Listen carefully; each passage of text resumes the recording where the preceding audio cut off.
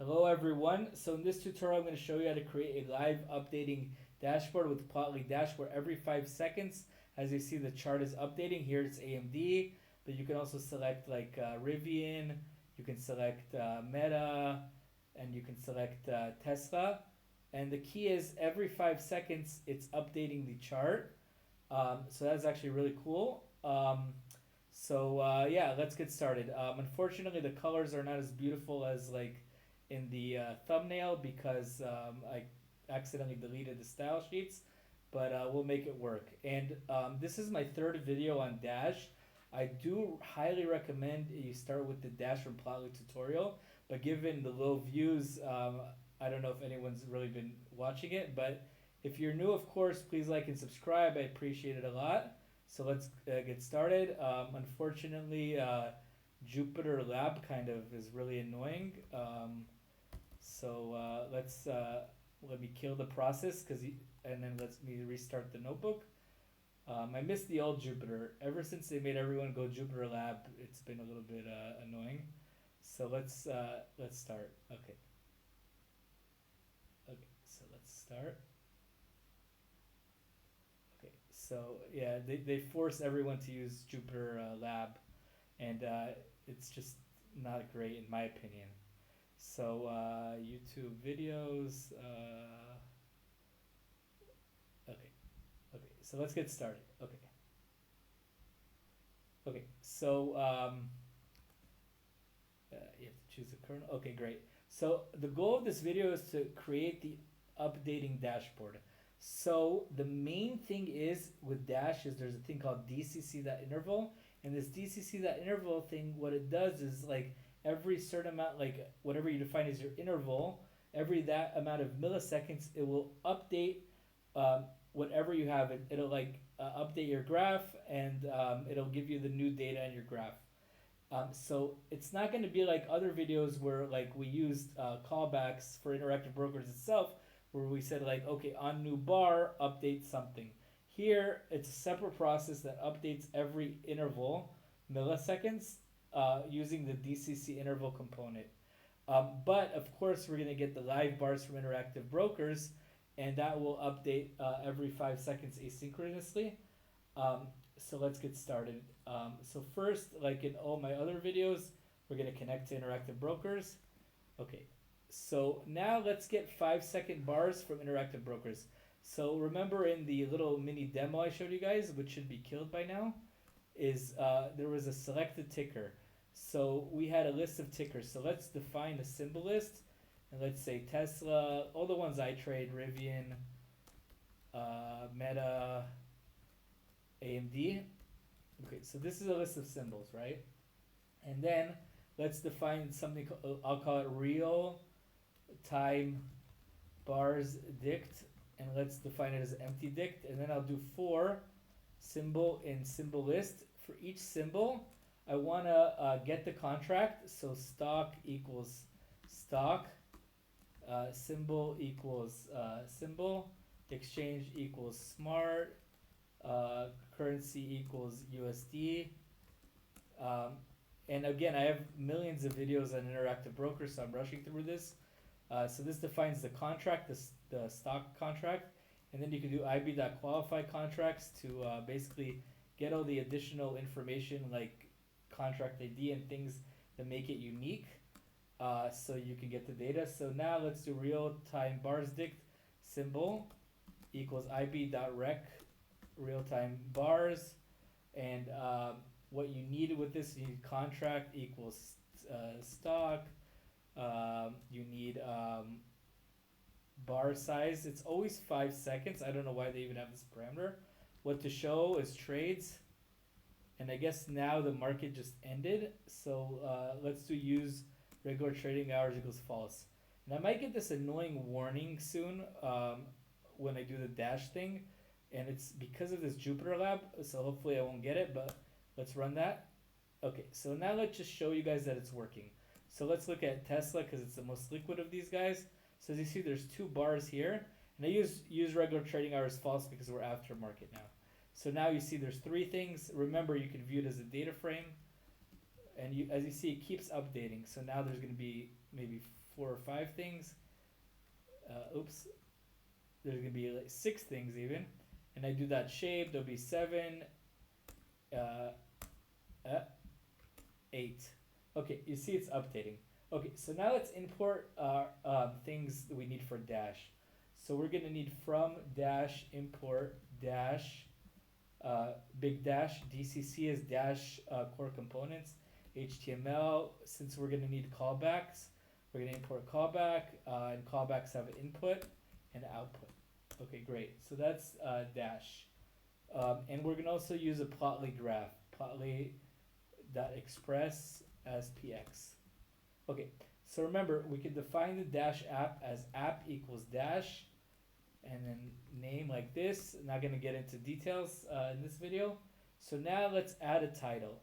So we're gonna go one component at a time and keep adding to the layout. So let's just define the title as, let's use HTML.header1, h1, and let's just call it live bar updates, and maybe dashboard, I don't know. And let's give it some, let's center it to make it nice, so we can do style equals each component. You can always add a style thing, which you can style with like CSS type. So like here I'm doing style, and I'll do like font size. Let's just make it 48 pixels to make it large. And then we can also do text align center to center it. Okay, great. So I centered this thing, and this is the title. So remember from the other videos, you define a layout, you do app.layout, and you usually wrap it with some like HTML.div. Div, for those of you guys who are not familiar with HTML, is like a container sort of thing that holds like a group of elements together. So we're just gonna for each component, one at a time, we're gonna add it to the list in the children part of the div. So the children equals title, and we're just gonna go one step at a time. So I do app.run, and then you see live bars update dashboard. We're gonna get this annoying error. I don't know why. I used to never get this error, and it's gonna keep on coming, unfortunately. I never got this error with since I somehow my Jupyter upgraded. I keep getting this annoying error when I'm running this thing in what's it called, in Jupyter. Anyways, okay, so this first thing is app.run. Okay, so now that we have the title, let's add a drop down to this. So we can define the drop down as we can just basically do a bare bones drop down. We can do drop down equals DCC.drop down, and then we give it a options equals symbol list, because you can choose from the symbols. You can give it an initial value. So let's do value equals symbol list of 0, the first symbol, and ID is what allows us to reference this in the callback functions we'll define later. So this is a dashboard. So you can honestly just kind of have it like this, where you just add it to the layout. So we can add it to the layout, and again, we're going to get that annoying red error in a second, which is annoying. So you can always view it on localhost 850 instead. So let's actually do it like this. So as you see, I get a drop down. But we might want to actually have, see, I get that annoying error. I hate this error. Not error, but like warning. So, but you see, you get a drop down. But we might want like a title above the drop down. Maybe we want like a title here. So we can actually maybe make the drop down its own div, like its own component. So I can do something like html.div and give it like a little header. So I can do children equals html dot, let's do h3, like heading 3, or let's do h2, and I can say like select a stock symbol. Okay, and then I can add the drop down here and have it like this. So now it'll look a little bit better. Again, the annoying error. So as you see, select a stock symbol. Okay. If I do run server, does it fix my problem? Maybe still annoying. Maybe I'll do debug equals true. I don't know.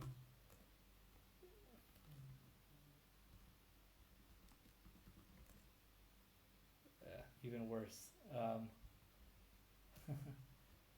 Anyways, I hope you guys can bear with me and ignore this annoying error thing for now. I guess you need if main. Let's just ignore this error and not waste time on it. I actually recorded this video right before, like 30 minutes before, and this thing tripped me up so much. I ended up just saying I'll re-record it, but like I should have just kept that video. Okay, so the first thing we added that drop down. Remember? So now let's add the after the drop down we have the graph.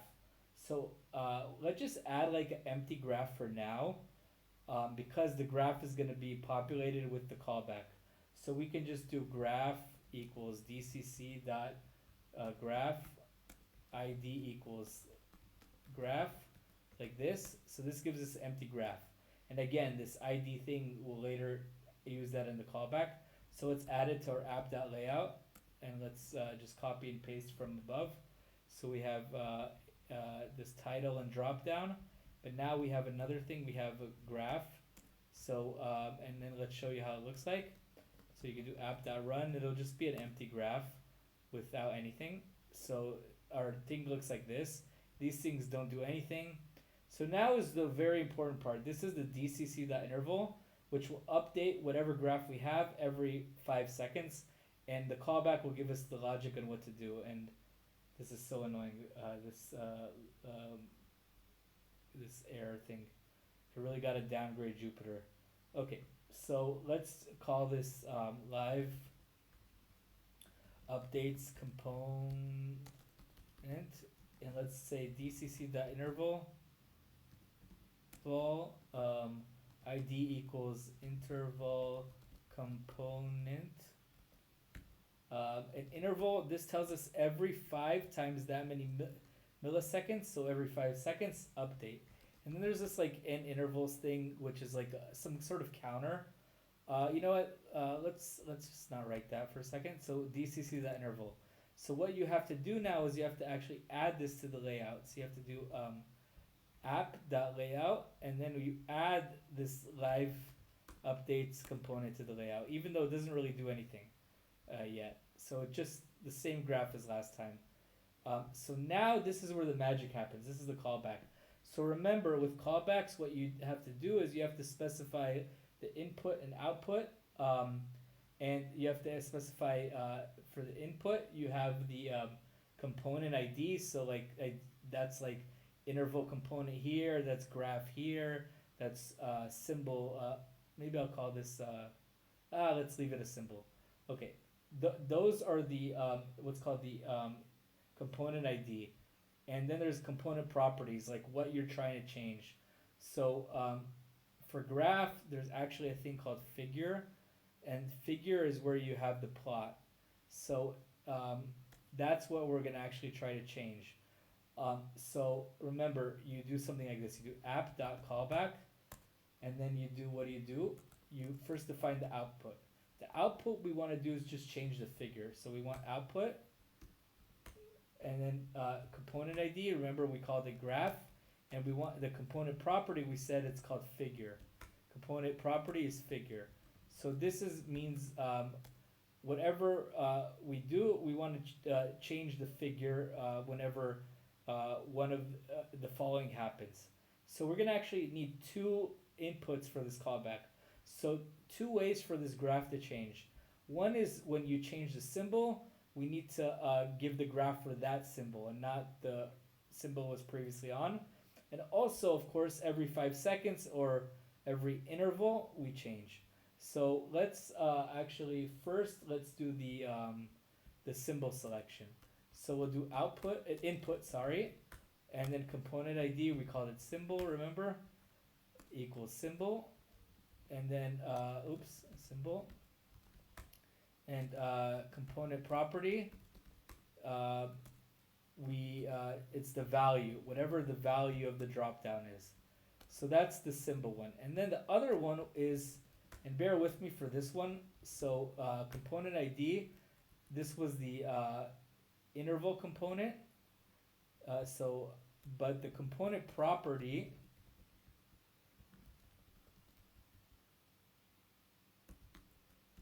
component property, just bear with me. It's this n interval thing. You know why? Because this n interval thing it's like a counter. So every time the counter like increases by one, the counter, this n interval thing, the counter it'll increase by one every time an interval passes. So it triggers every time it increases by one. So that's why you put component property as n intervals. And I'll write that down in the notes. Let me rewrite it down. Okay. Um, for interval component property is n intervals, since it changes, increases by one every what's it called, every interval uh, seconds or whatever, milliseconds. In our case, 5,000 milliseconds. Okay, so this is what you need. So this is the callback. So now we have to do the function. So we'll call it update graph. So the first input is the thing related to the symbol. So we'll do symbol. The second one is the interval component. So let's just call it n.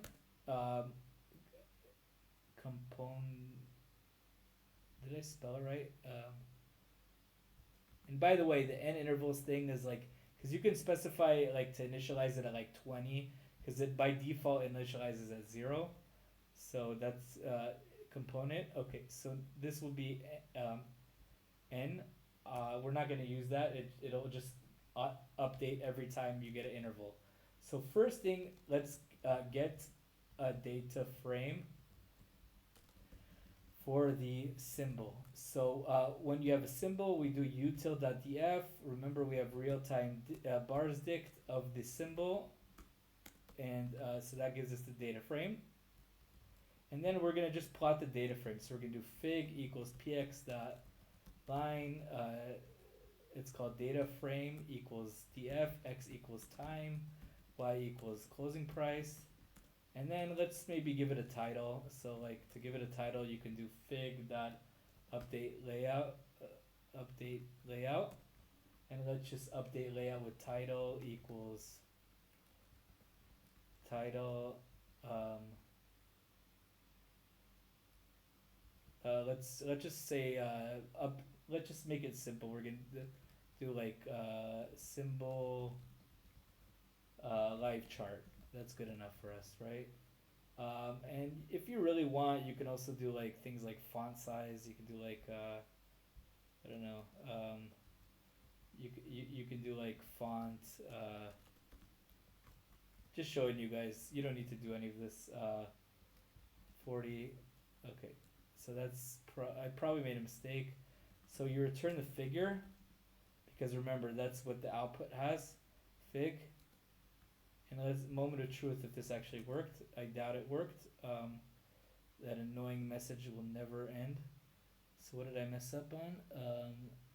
I messed up on the parentheses. Yeah, I shouldn't have even added this.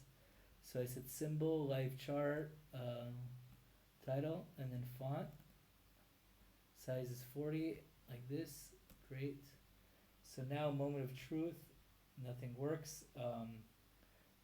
Text. Sorry, text for the title. Okay. So now let's see if it works. We do app.run, moment of truth, and again it's the annoying error below will never cease to get rid of it. Seems like we made a mistake. What did we make a mistake on?